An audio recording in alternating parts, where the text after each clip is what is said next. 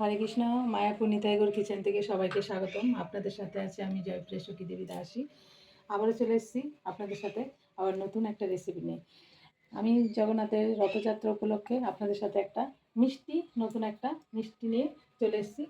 তাহলে চলুন দেখি কিভাবে জগন্নাথের জন্য এই নতুন সন্দেশটা বানানো যায়, কীভাবে বানাতে হয় এরকমভাবে বানিয়ে। এখানে আমি ছানা কাটানোর জন্য 6 চামচ জল নিয়ে নিয়েছি এই চামচ দিয়ে, আর এখানে আমি 3 চামচ ভিনিগার দিয়ে দিচ্ছি। 1 3 এটা মিশিয়ে নিলাম। এই যে এখানে আমি 1 লিটার দুধ বসিয়েছি। 1 লিটার দুধ বসিয়েছি, এই যে দুধটা ফুটে গেছে। এখন এখানে আমি এই যে ভিনেগারটা দিয়ে দিচ্ছি, জলের সাথে মিশানো ভিনেগারটা দিয়ে এখন আস্তে আস্তে মিশিয়ে নিচ্ছি। এভাবে আমি ছানাটা কেটে নিচ্ছি। এই যে ছানা কেটে যাচ্ছে, আস্তে আস্তে মিশিয়ে নিচ্ছি।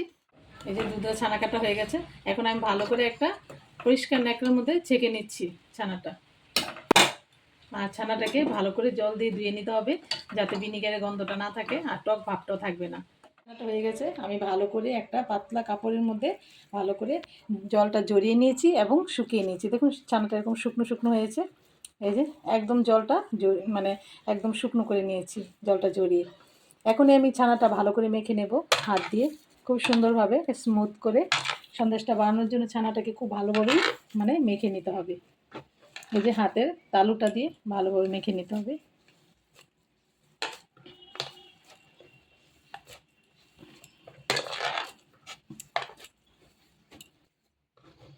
ছানাটা আমি কিছুক্ষণ মেখে নিলাম। এখন আমি সব উপকরণগুলো এর মধ্যে দিয়ে দিচ্ছি।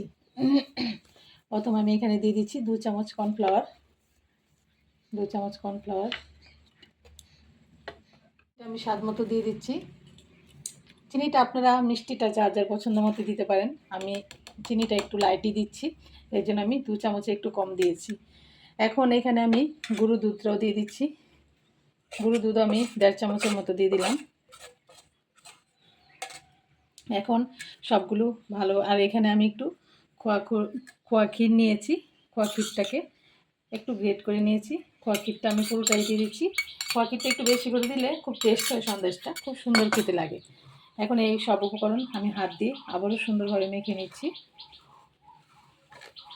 এই জগন্নাথের রথযাত্রা উপলক্ষে ভগবানকে আপনারা এই সুন্দর সন্দেশটা বানিয়ে ভগবানকে ভোগ লাগাতে পারবেন। এর জন্যে আমি এটা বানিয়ে আপনাদের সাথে শেয়ার করছি। কারণ জগন্নাথ সব মিষ্টি আইটেম খুব ভালোবাসে। জগন্নাথ আর সব রকম মিষ্টি, মালপোয়া, বড়া সব রকম দেওয়া হয়। তার জন্য আমি ভাবলাম একটু সন্দেশের একটু আইটেম করি। কারণ কাঁঠাল জগন্নাথের প্রিয়, আম কাঁঠাল দিয়ে অনেক কিছু বানানো হয়। এই জন্য আমি আজকে একটু সন্দেশই বানিয়ে নিচ্ছি। দেখুন কথা বলতে বলতে আমার ছানাটাও মাখা হয়ে গেল। এই যে খুব সুন্দরভাবে ছানাটা মেখে নিয়েছি।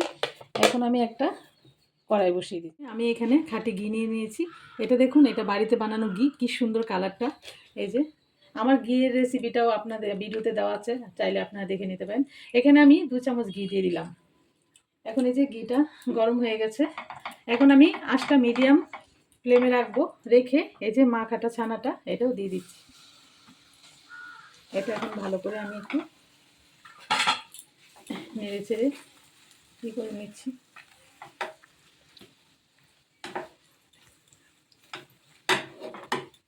করে অনেকক্ষণ নেড়ে চেড়ে মানে পাক দিয়ে নিচ্ছি। যতক্ষণ পর্যন্ত পাক না হবে এটা কন্টিনিউ নাড়তে থাকতে হবে, যাতে করে নিচে না ধরে যায়। আর পাকটা সুন্দর হলে সন্দেশটা খুব সুন্দর হবে। আর এখানে আমি একটু দুধের ঘন সর আর দুধ নিয়েছি, এটা আমি দিয়ে দিচ্ছি। এটা আমি ভালোভাবে মিশিয়ে নিচ্ছি। এটা দিলেও খুব ভালো হয়, একটু যে খাঁটি দুধের সন্দেশটা। এই যে দুধ দেওয়াতে একটু আর চিনি দেওয়াতে একটু কিন্তু হয়ে যায়, যখনই আগুনে দেওয়া পরে চিনি দেওয়ার পর জিনিসটা একটু নরম হয়ে যায়, জল ছেড়ে দেয়। তারপর আস্তে আস্তে এটা মানে ঘন হতে থাকে। দেখবেন যে কোনো জিনিস আমরা একটু চিনি দিয়ে পাক দিতে গেলে প্রথম অবস্থায় এটা নরম হয়ে যায়, তারপর আস্তে আস্তে হয়ে যায়, মানে শক্ত হয়ে যায় জ্বালাতে জ্বালাতে। আমি এখানে কনডেন্স মিল্ক ব্যবহার করছি, চাইলে আপনারা নাও দিতে পারেন। আমি দিচ্ছি এখানে 2 চামচ কনডেন্স মিল্ক। কনডেন্স মিল্ক দিলে কি হয়, সন্দেশের স্বাদটা আরও বেড়ে যায়। 2 চামচই দিলাম। এখন আবারও ভালোভাবে মিশিয়ে নিচ্ছি, ভালো করে পাকটা দিয়ে নিচ্ছি। এখন আমি গ্যাসের ফ্লেমটা হাই ফ্লেমে রেখেছি। এটা আমি ভালো করে পাক করে নিচ্ছি। আর সবসময় কন্টিনিউ নাড়তে হবে, নাড়তে না থাকলে নিচে লেগে যাবে বা লাল হয়ে যাবে, ভালো লাগবে না। যেহেতু সন্দেশটা সাদা হবে তার জন্য আমি কন্টিনিউ নেড়ে যাচ্ছি। আর এইখানে আমি একটু এলাচ গুঁড়ো নিয়েছি। হয়তো ভাবছেন এলাচ গুঁড়োটা এত সাদা, কিন্তু এলাচ গুঁড়োতে এইভাবে তো এলাচটা গুঁড়ো হবে না, তার জন্য আমি অল্প একটু চিনি দিয়ে বেটে নিয়েছি। চিনির সাথে এলাচটা বাটলে খুব সুন্দর হয়, এমনিতে কিন্তু এলাচটা গুঁড়ো হবে না ভালোভাবে। এই যে পাকটা, কথায় কথায় আমার পাকটাও হয়ে যাচ্ছে, আর কিছুক্ষণ হলেই আমার পাকটা হয়ে যাবে। একটাই হয়ে গেছে, এই যে আস্তে আস্তে ছেড়ে দিচ্ছে। এটা কিন্তু ননস্টিক করাতেই এই সন্দেশটা ভালো হয়। যদি কারো ননস্টিক কড়াই না থাকে তাহলে যে কড়াতে আপনি করবেন কড়াটা খুব সুন্দর করে গরম করে নেবেন, অনেকক্ষণ সময় ধরে একটু গ্যাস সিনে দিয়ে বসিয়ে রাখবেন। যখন কড়াইটা গরম হয়ে যাবে তখন আর আপনার লাগার সম্ভাবনা থাকবে না। এরকমভাবে দেখুন হয়ে গেছে, আস্তে আস্তে ছেড়ে দিচ্ছে। আমি আরেকটু গ্যাসটাকে একটু ফ্লেমটা বাড়িয়ে আরেকটু মানে পাক করে নিচ্ছি। দেখুন একদম ছেড়ে দিচ্ছে কড়াই থেকে, আর হাতার মধ্যে কড়াতে লাগছে না। এটা হয়ে গেছে, এই জন্য আমি এখন এটা একটা প্লেটে নিয়ে নিচ্ছি। এখন এটা আমি একটু ঠান্ডা হতে দেব, একটু ঠান্ডা করে নিচ্ছি। এটা একটু গরম গরমই সন্দেশগুলি বানিয়ে নিতে হবে। এই যে আমি গুল গুল করেই বানাচ্ছি।